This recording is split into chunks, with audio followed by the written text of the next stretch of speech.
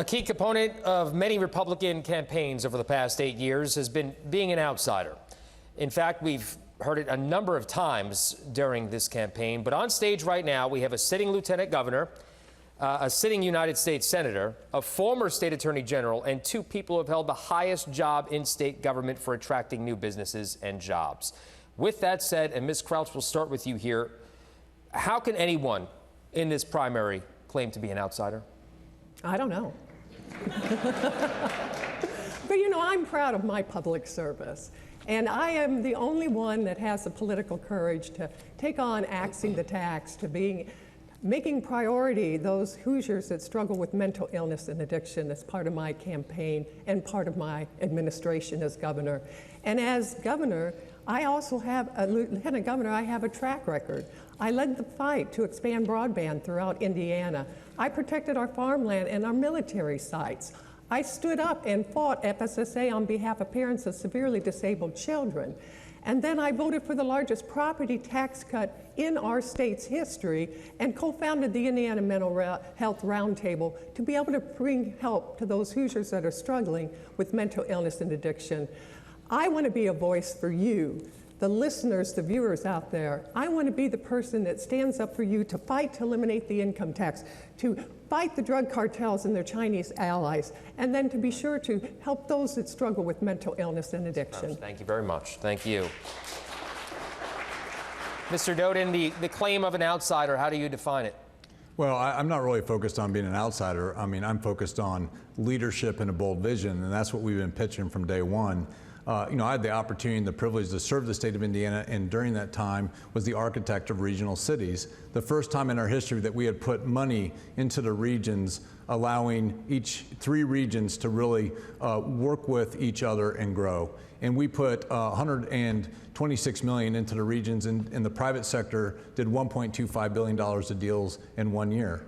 Now we're trying to do something that's never been done in history. We have a plan for our small towns. For 50 years.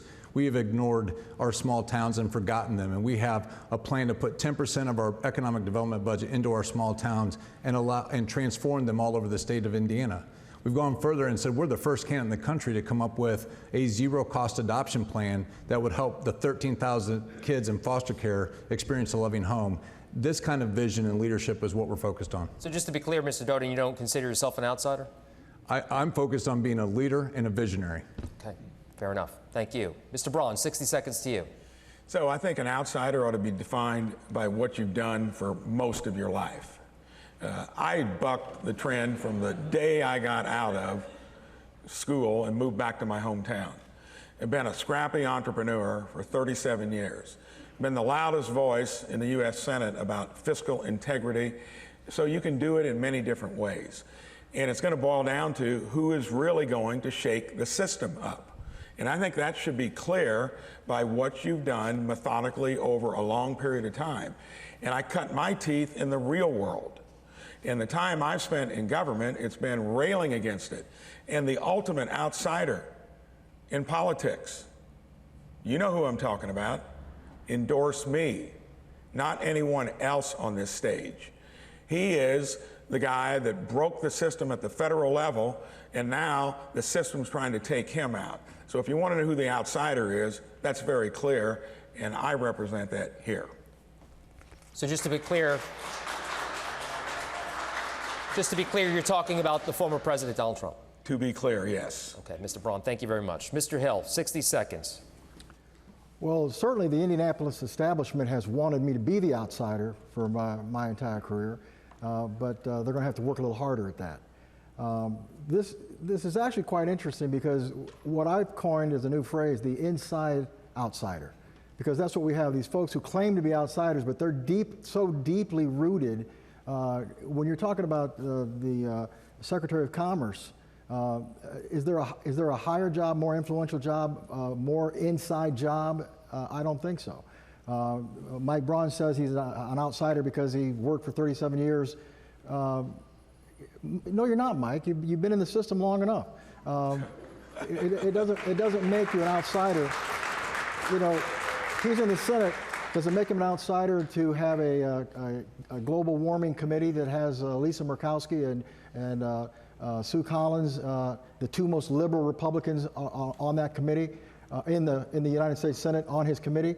Is that an outsider? I don't think so. Mr. Hill, thank you. Mr. Braun, I'll let you respond to that in a moment. I'll let you respond. Mr. Chambers, 60 seconds, though, on that. It's a simple definition. Who's been on the ballot the most? I've never been on a ballot until 30 days ago. Mr. Braun has been on the ballot at least 5 times, okay? Everybody else has been on a ballot multiple times. Listen, I respect public service. My point of view is that someone needs to be the CEO of a state, and coming from outside in, like Mitch Daniels in 2005, has clear view. When you're in the system and you have multiple times that you're on the ballot, you're not an outsider. You're just not, Mike. I'm sorry. Listen, I was asked to serve by Governor Holcomb. I agreed to 2 years for $1 a year and broke every record in state history in economic development. That's called service. We built a great team. We brought $51 billion to every corner of the state, and we touched 92 counties with community investments through the READY program. 92, not just 3. Not just 3, Eric, 92 counties. We've already done what you're talking about. That's called service. That's called being an outsider. Okay. Mr. Chambers, thank you very much. I'll get to you in a second. Mr. Doden, Mr. Braun, your name was invoked. 30 seconds. So first of all, Curtis has never signed the front side of a paycheck. He may have run a lemonade stand years ago, but he's been in government. He can tell me what he's done. I can tell you, if you haven't done that, you have no reason to want to run the biggest business in our state, which is our state government. And when it comes to what 2 people involved in economic development have done, one has got the LEAP project as his crowning piece of jewel, and this guy had ethics violations when he did run the economic development department. So you got to have a little experience, or you get into pickles like that. Mr. Doden, go ahead. 30 seconds. Well, first of all, I don't know why we're arguing about outsider. I think what voters are going to look at is who has a plan, what kind of leader do they want, and does their plan resonate with them? Do they want a plan for small towns? Do they want a plan for zero-cost adoption? Do they want a plan for all 92 counties in every community? But I want to address, this issue. Like, some of the things that you're saying about me, Senator Braun, are just not true. There's independent third parties that have verified it's not true. I think that in your heart it's not true.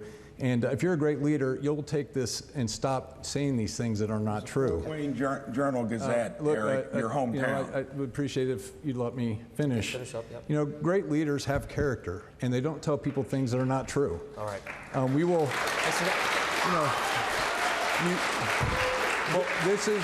this is why you cannot trust Mike Braun, because he is bringing Washington, D.C. politics right here to Indiana. Okay. Well, I'll get back to you in a second, Mr. Braun. Mr. Hill, you had your hand up. 30 seconds sir. to you, sir. Go ahead.